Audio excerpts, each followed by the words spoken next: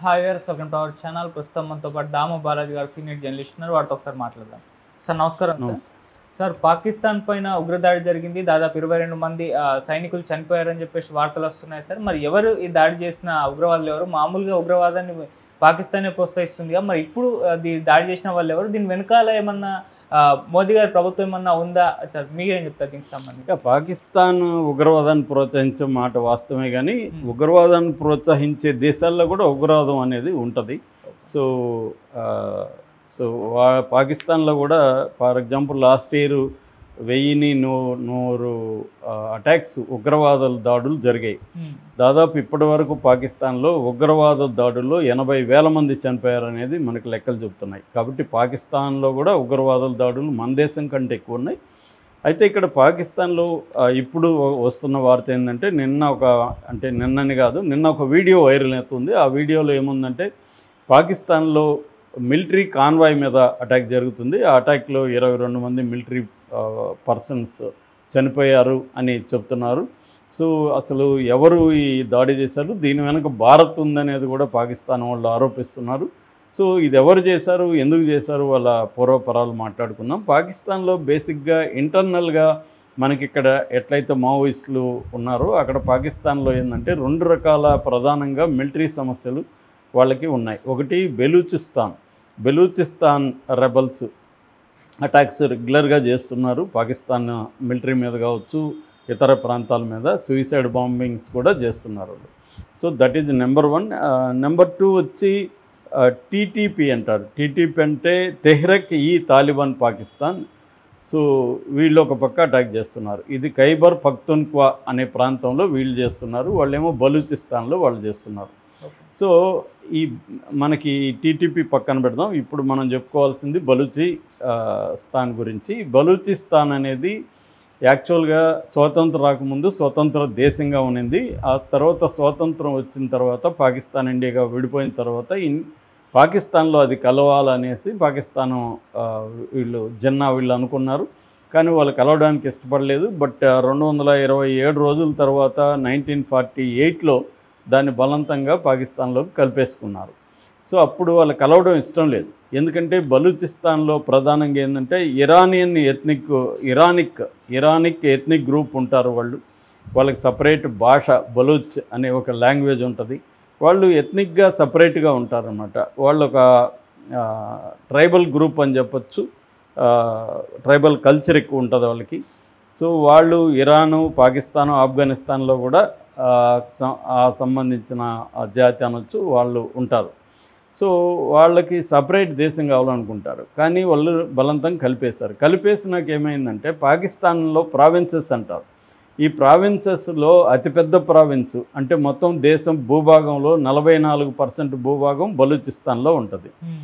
అయితే జనాభా చాలా తక్కువ. మొత్తం జనాభాలో 5% మాత్రమే అక్కడ ఉంటారు. అయితే ఇక్కడ ఏమవుతుందంటే అణచివేత అనేది జరుగుతుంది. వాళ్ళ వనరులు కొల్లగొట్టుకొని పోవడం. అంటే వాళ్ళ వనరులు అంటే ప్రధానంగా ఏమున్నాయి, చమురు నిక్షేపాలు ఉన్నాయి, బొగ్గు ఉంది, నేచురల్ గ్యాస్ ఉంది, బంగారం ఉంది, రాగి ఉంది.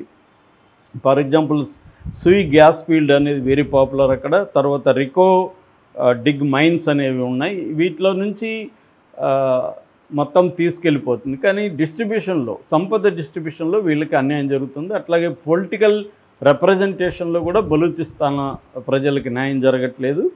సో అంటే వాళ్ళకి ఏంటంటే లిటరసీ లోయెస్ట్ ఉంది, హై ఇన్ఫ్లేషన్ ఉంది, ఇన్ఫాంట్ అండ్ మెటర్నల్ అంటే తల్లులు పిల్లలు చనిపోయే రేటు కూడా అక్కడ చాలా ఎక్కువ ఉంది. అట్లాగే వాళ్ళ లాంగ్వేజ్ని తొక్కిపెట్టేస్తున్నారు, వాళ్ళ కల్చర్ని తొక్కేస్తున్నారు, హ్యూమన్ రైట్స్ లేవు.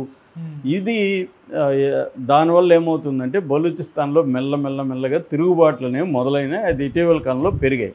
సో బలూచిస్తాన్ తరఫున పోరాడే గ్రూప్స్ ప్రధానంగా 2గా డివైడ్ చేయొచ్చు. ఒకటేమో ఆర్ముడ్ గ్రూప్, సాయుధంగా ఉండి గెరిల్లా పోరాటం చేస్తున్న గ్రూపు పేరు BLA అంటారు, అంటే బలూచ్ లిబరేషన్ ఆర్మీ. రెండవది BYC అంటే బలూచ్ ఎగ్జిక్యూటివ్ కమిటీ. ఈ బలూచ్ ఎగ్జిక్యూటివ్ కమిటీ BYC అనేది లీగల్గా ఉంటూ పోరాటం చేసే ఒక సంస్థ. వీళ్ళు లీగల్గా ఉంటారు, విత్ ఇన్ ద లీగల్ పెరిమీటర్లోనే వాళ్ళు నిరసన తెలియజేస్తుంటారు. ఈ 2 రకాల పోరాటాలు అక్కడ జరుగుతున్నాయి. అయితే పాకిస్తాన్ ఆర్మీగా ఏం చేస్తుందంటే ఈ 2 పోరాటాలను కూడా ఉక్కుపాదంతో అణిచివేస్తుంది. అంటే దాదాపు ఇప్పటి వరకు 5228 మంది మిస్సింగ్ ఉన్నారు, బలూచిస్తాన్లో మాయమైపోయారు. వాళ్ళ అచుకి తెలియలేదు. ఇప్పుడు 2020 తర్వాత ఈ 5 ఏళ్లలో 5000 మందికి పైన మిస్ అయిపోయారు. ఇంకొక 5-10,000 మందిని చంపేశారు. అట్లాగే జైళ్ళల్లో చాలామందిని వేసి కుక్కారు. అంత నిర్బంధం ప్రయోగించే కొద్దీ వాళ్ళు పెరుగుతూ ఉన్నారన్నమాట. మనకి చూస్తే ప్రధానంగా 1958లో ఫస్ట్ తిరుగుబాటు చేశారు. దాని తర్వాత 67, దాని తర్వాత 97, దాని తర్వాత 2000. 2000 తర్వాత 20 తర్వాత బాగా పెరిగింది. ఈ 4-5 ఏళ్లలో వీళ్ళ ఉద్యమం బలంగా పెరిగింది. దీనికి ప్రధాన కారణం ఏంటంటే ఆఫ్ఘనిస్తాన్ నుంచి అమెరికా వెళ్ళిపోయింది 2021లో. వెళ్ళిపోయిన తర్వాత అమెరికా అనేక ఆయుధాలను కూడా అక్కడ వదిలేసి వెళ్ళిపోయింది. ఆ ఆయుధాలని వీళ్ళు ఆఫ్ఘనిస్తాన్ నుంచి తెచ్చుకోగలిగారు, కొనుక్కోగలిగారు. ఆఫ్ఘనిస్తాన్ కూడా సపోర్ట్ చేస్తుంది. మరొక కథనం ఏంటంటే ఇండియా కూడా సపోర్ట్ చేస్తుందని, ఇరాన్ కూడా కొన్ని ఏరియాల్లో సపోర్ట్ చేస్తుంది. అలాగే వీళ్ళకి బయట నుంచి సపోర్ట్ దొరకడంతో వీళ్ళు ఇప్పుడు పెద్ద ఎత్తున అటాక్స్, మిలిటరీ పరంగా పెద్ద ఎత్తున అటాక్ చేసే అవకాశం ఉంది. వీళ్ళు గత మార్చిలో జఫర్ ఎక్స్ప్రెస్ అని ఒక ఎక్స్ప్రెస్ని వాళ్ళు హైజాక్ చేశారు. దాంట్లో 300 పైన ప్రయాణికులు ఉన్నారు. 48 గంటల పాటు వీళ్ళు కంట్రోల్లో పెట్టుకున్నారు. తర్వాత దాన్నంతా కూడా వీడియో తీసి బయటకు వదిలారు. సో ఆ తర్వాత పాకిస్తాన్ ఆర్మీ వెళ్ళి అటాక్ చేసింది. అందులో ఆర్మీ వాళ్ళు 20 మందికి పైన చనిపోయారు. ఓవరాల్గా 64 మంది ఆ సంఘటనలో చనిపోయారు. దాని తర్వాత ఇప్పుడు మనం చెప్పుకునే సంఘటన క్వెట్టా అనే ఒక ప్రాంతం ఉంది. ఈ క్వెట్టా అనే ప్రాంతం దగ్గర రైల్వే స్టేషన్ ఉంటుంది. ఆ క్వెట్టా దగ్గర ఒక కాన్వాయ్ని, మిలిటరీ కాన్వాయ్ వెళ్తుంటే ఆ కాన్వాయ్ మీద వీళ్ళు అటాక్ చేశారు. ఇది జరిగిన జఫర్ ఎక్స్ప్రెస్ తర్వాత జరిగింది. ఇది ఏప్రిల్ 25న జరిగింది. బట్ ఆ వీడియో నిన్న రిలీజ్ అయింది. సో ఈ జఫర్ ఎక్స్ప్రెస్లో కరెక్ట్గా సంఖ్య తెలియట్లేదు కానీ 20 మంది అంటారు, 22 మంది అంటారు, 14 మంది అంటారు, 10 మంది అంటారు. ఇలాంటి సంఖ్య అయితే క్లియర్గా లేదు. బట్ 22 అనే సంఖ్యనే ఎక్కువ వినిపిస్తుంది.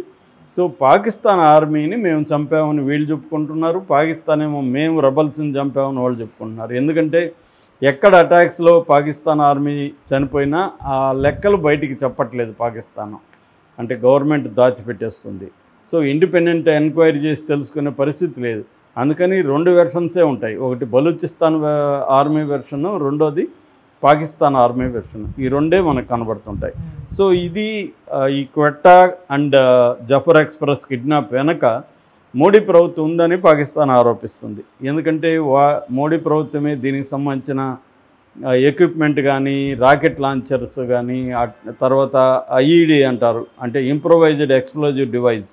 మన వాళ్ళు మావోయిస్టులు కూడా ఇవి ఎక్కువ వాడుతుంటారు. ఐఈడి ఇవన్నీ ఇప్పుడు కూడా దీన్ని ఐఈడి పెట్టే పేల్చారనమాట. ఈ ఐఈడి కూడా రిమోట్లో పేల్చవచ్చు.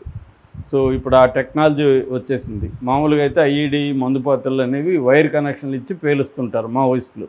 ఇప్పుడు అవి రిమోట్ టెక్నాలజీ కూడా వచ్చేసి రిమోట్లో ఆ కాన్వాయ్ మీద పేలుళ్ళు జరిగాయి, దాంట్లో చనిపోయారని చెప్తున్నారు. సో ఇదొక రకమైన బలూచిస్తాన్లో ఒక వార్ కైండ్ ఆఫ్ సిచ్యువేషన్ ఉంది. రెండవది అక్కడ చైనా కూడా యాక్టివ్గా ఉంది. China belt and road initiative అని 150 దేశాల్లో ఇన్ఫ్రాస్ట్రక్చర్లో పెట్టుబడులు పెడుతూ ఉంది. అలాగా ఇక్కడ కూడా బలూచిస్తాన్లో ఉండే గదర్ ఎయిర్పోర్ట్ని గదర్ పోర్టుని, సీ పోర్టుని నిర్మిస్తుంది.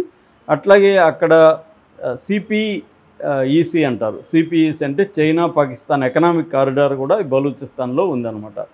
దీన్ని అడ్డుకోవడానికి కూడా బలూచ్ ఆర్మీ చైనీస్ మీద కూడా అటాక్ చేస్తారు. వీళ్ళల్లో ఒక సొఫిస్టికేటెడ్ సైన్యం కూడా డెవలప్ అయింది. బలూచ్ నేషనల్ ఆర్మీ, బిఆర్ఏ అంటారు. ఇందులో విమెన్ కూడా చేరారు. అంటే బిగినింగ్లో కింది స్థాయిలో పోరాటం నుంచి మిడిల్ క్లాస్ అంతా కూడా దీనికి సపోర్ట్ చేసి దీంట్లో చేరడం, ఎడ్యుకేటెడ్ సెక్షన్లో చేరడం. దానివల్ల ఏమైందంటే ఆర్గనైజేషన్ బాగా ఇదైంది. దీంట్లో సూయిసైడ్ మహిళా విభాగం కూడా ఉందన్నమాట. ఆ మధ్య కూడా ఒక మహిళ సూయిసైడ్ మిషన్లో వెళ్ళి తను బాంబుగా పెట్టుకొని బాడీలో తను పేలిపోయి దాదాపు 20 మంది పైన చంపేసింది. అలాగా సూయిసైడ్ బాంబర్స్ ఉన్నారు, మెరుపేగంతో అటాక్ చేయగలుగుతున్నారు. ఒక కోఆర్డినేటెడ్ అటాక్ అంటారు. కోఆర్డినేటెడ్గా ఒక 200 మంది 300 మంది 500 మంది వరకు కూడా అటాక్ చేసే ఒక ఇదైతే కనిపిస్తుంది. అంటే ఒకప్పుడు తక్కువ మందితో గెరిల్లా పోరాటంతో ఉన్న బిఎల్ఏ ఇవాళ చాలా స్ట్రాంగ్గా ఉంది.